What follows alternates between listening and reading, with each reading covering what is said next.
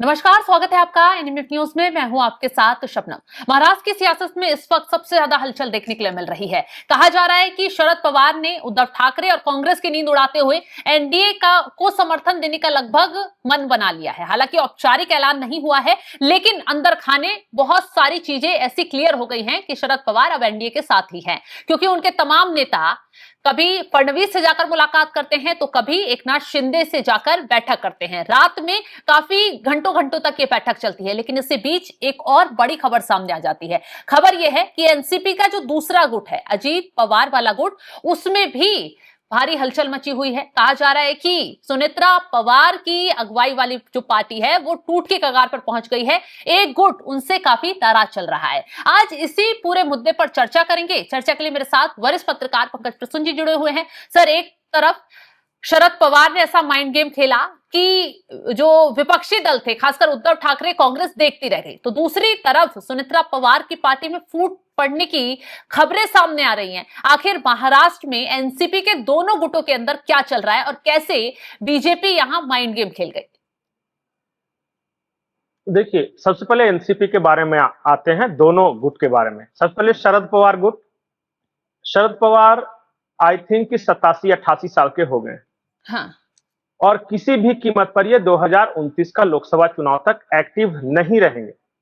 आज भी बहुत कम है। अभी राज्यसभा की सदस्यता ली थी तो व्हील चेयर पे आए थे, तो ये प्रचार वगैरह कर नहीं सकेंगे। तो शरद पवार की शायद वो आखिरी चुनाव होगा जब ये एक्टिव पॉलिटिक्स में रहेंगे, 2029 वाला।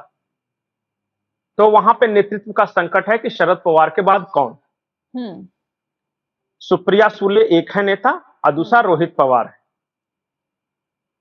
तो एक वो सिचुएशन समझिए। दूसरा है अजीत पवार वाला गुट।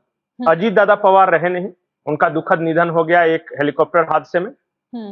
अब उसके बाद आनंद फानन में प्रफुल्ल पटेल को कार्यकारी अध्यक्ष बनाया गया तब तक के लिए, और सुनेत्रा पवार जो कि घरेलू महिला है, मतलब उनको पॉलिटिक्स से कोई मतलब नहीं, उनको उठाकर ले आया गया यहाँ पे कि आज के बाद से यही लीड करेंगे। लेकिन वो नेचुरल लीडर है नहीं। सुनेत्रा पवार अजीत दादा पवार की वाइफ है और वो नेता नहीं है। अब वहां के लोगों को लग रहा है, जो विधायक गए हैं, कि क्या सुनेत्रा पवार पार्टी को आगे चला सकेंगी।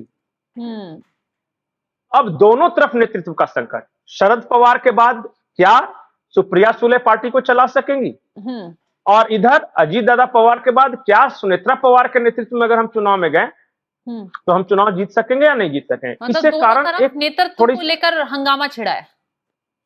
बिल्कुल बिल्कुल, और बड़ा कंफ्यूजन टाइप की स्थिति है। एक तो ये सिचुएशन हो गया।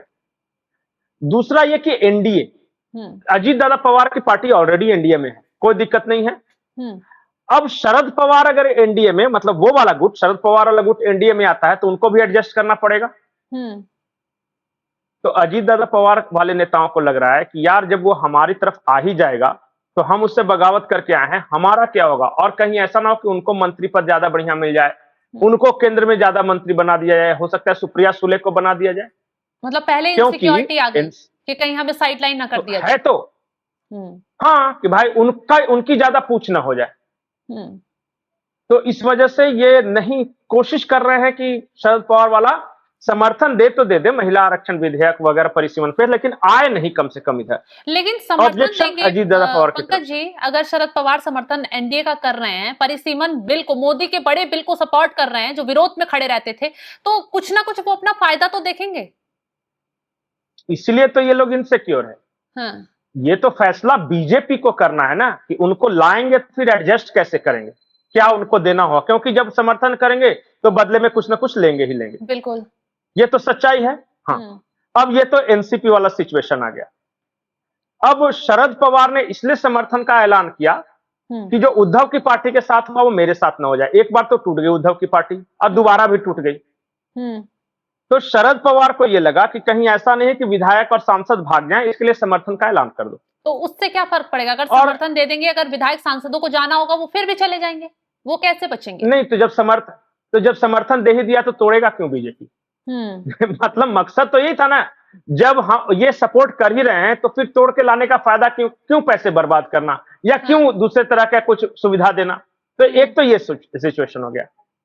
अब इसमें ये उद्धव वाली पार्टी अब क्या कर रही है कि कटाक्ष करे। जैसे संजय राउत का एक बयान आया, हाँ, और संजय राउत का बयान आया है एकनाथ शिंदे के साथ शरद पवार की मुलाकात का। हाँ, दोनों के बीच मुलाकात हुई थी। अब संजय राउत की पार्टी का सबसे बड़ा दुश्मन है एकनाथ शिंदे, क्योंकि शिवसेना तोड़ के वही लेके जा रहा है, और उससे शरद पवार जाकर मिल रहे हैं। तो इस पे एक तंज मारा कि सुप्रिया सुले सिद्धांतवादी है, या फिर वो कैसे कह सकती हैं कि महिला आरक्षण बिल का समर्थन करेंगे, परिसीमन का समर्थन करेंगे, ये तो गद्दारी होगी वगैरह। अब संजय राउत के बयान पे सुप्रिया सुले ने क्या जवाब दिया है, एक बार आप खुद सुना दीजिए। बिल्कुल सुनवाते हैं सुप्रिया सुले ने क्या कुछ कहा परिसीमन बिल को लेकर, संजय राउत के बयान को लेकर। So let me reassure you that all 8 MPs of NCP SP and all our MLAs, we stick together. Whatever decision we'll be taking, please understand NCP is a party where Shri Sharad Pawar not only leads it, he invests in everybody and he listens. His biggest strength as a leader that he's an amazing listener. And you can verify this. He will talk to every MLA and MP and hear them is what they want or what their view is. Only then he gives a decision. Anybody who's worked with him will tell you this. बिल्कुल पंकज जी, सुप्रिया सुले यहाँ साफ कह रही हैं कि वो चीजें देखेंगे, उसके बाद आगे कदम बढ़ाएंगे। पार्टी का फैसला है ना, वो पार्टी करेगी। नहीं, उन्होंने ये कहा कि एकनाथ शिंदे से मुलाकात पर सुप्रिया सुले ने ये कहा कि भाई मुलाकात तो होना चाहिए और होते रहती है। क्या ये सच नहीं है कि उद्धव ठाकरे भी गए थे गुजारिश लेके कि वापस ले लो हमारी पार्टी को? तो ये बयानबाजी हो गई है उद्धव ठाकरे की पार्टी या सुप्रिया सुले की, खूब बयानबाजी जारी है। मतलब एनसीपी शरद पवार और उद्धव ठाकरे की पार्टी में अनबन शुरू हो चुकी है, खुल के एक दूसरे के खिलाफ बयान दे रहे हैं भाई। हाँ। अब काहे का ये महाविकास अघाड़ी, अब बच गई कांग्रेस। हाँ। अब कांग्रेस ही एकमात्र ऐसी पार्टी है जो खुलकर विरोध कर रही है, बाकी किसी पार्टी ने घोषणा नहीं किया है, और वो संजय राउत टाइप का आदमी, उसको छोड़ दी। अब आखिरी कोशिश कांग्रेस की ये है कि यार सुप्रिया सुले ने घोषणा तो कर दी कि बिल ड्राफ्ट देखने के बाद हम समर्थन करेंगे, लेकिन किसी तरह उसे मनाया जाए कि अभी समर्थन न करे। इसलिए कांग्रेस बहुत ज्यादा ऑफेंसिव नहीं है शरद पवार वाले गुट पर, सुरेंद्र राजपूत का उद्धव ठाकरे ऑफेंसिव है। एक बार सुनवा देते हैं इसी पूरे मामले को लेकर, क्या कुछ बोल रहे हैं सुरेंद्र राजपूत। स्पष्ट रूप से सुप्रिया सुले जी शरद पवार साहब को बदनाम करने की एक साजिश चल रही है, और ये साजिश एनडीए के लोग करते हैं, भारतीय जनता पार्टी के लोग करते हैं। जब जब शरद पवार साहब जनउपयोगी मुद्दों के लिए मुख्यमंत्री से मिलने की बात करें या उप मुख्यमंत्री से मिलने की बात करें, तुरंत जो है उनका इकोसिस्टम भारतीय जनता पार्टी का ऐसी अफवाहें फैला करके उनकी मानहानि करने की कोशिश करता है। मेरी तो मांग है सुप्रिया सुले जी से कि ऐसे तत्वों के खिलाफ उन्हें कठोरता से कार्रवाई करनी चाहिए, जो लोग उनकी इज्जत को बेवजह मीडिया में धूल दूसरित करने की कोशिश कर रहे हैं। सुप्रिया सुले जी इंडिया गठबंधन का, एनसीपी इंडिया गठबंधन का, शरद पवार साहब इंडिया गठबंधन का मजबूत हिस्सा है। हमारे वो सरदार हैं और असरदार हैं। बिल्कुल पंकज जी, जिस तरीके से संजय राउत हर चीज से बहुत जल्दी चिढ़ जाते हैं, कांग्रेस उतना ही काम डाउन होकर चीजों को वो कर रही है।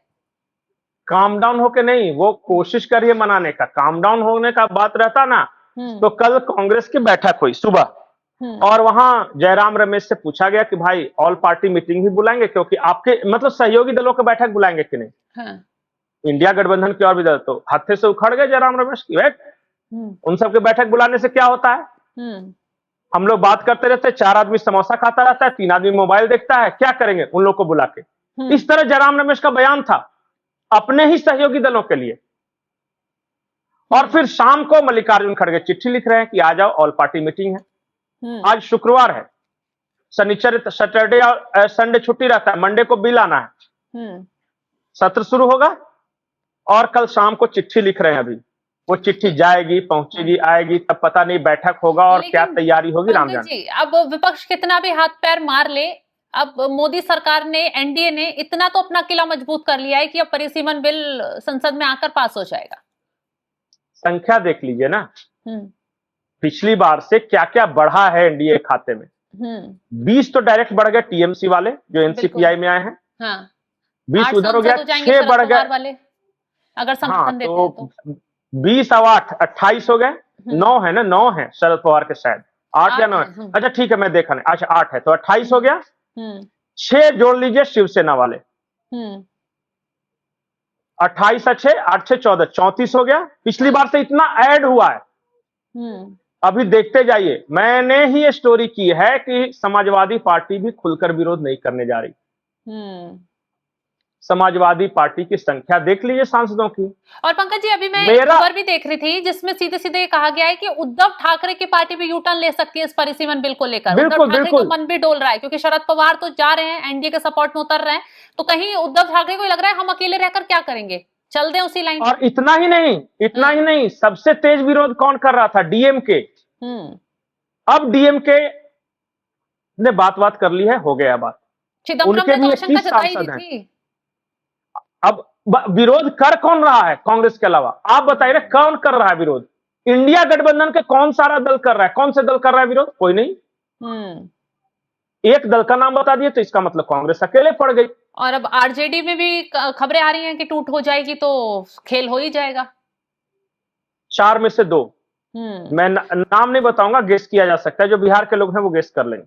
चलिए, तो खैर महाराष्ट्र में बड़ा खेला हो गया है। एनसीपी के दोनों गुटों में खलबली मची हुई है। शरद पवार अपनी पार्टी को भी सेव कर रहे हैं और अपने रास्ते भी आगे आगे बना रहे हैं। वहीं दूसरी तरफ सुनेत्रा पवार की पार्टी है जहां पर नेतृत्व को लेकर गुट बागी होते नजर आ रहे हैं। अब आगे क्या कुछ होगा एनसीपी का, ये देखने वाली बात होगी। लेकिन इतना जरूर है कि मोदी सरकार ने परिसीमन बिल को लेकर जो पासा फेंका, जो मास्टर स्ट्रोक खेला, वो सफल होता नजर आ रहा है। फिलहाल इस खबर को लेकर आप क्या कुछ राय रखते हैं कमेंट बॉक्स में जरूर बताइएगा और तमाम बड़ी खबरों की अपडेट के लिए आप हमारे साथ जुड़े रहें। नमस्कार।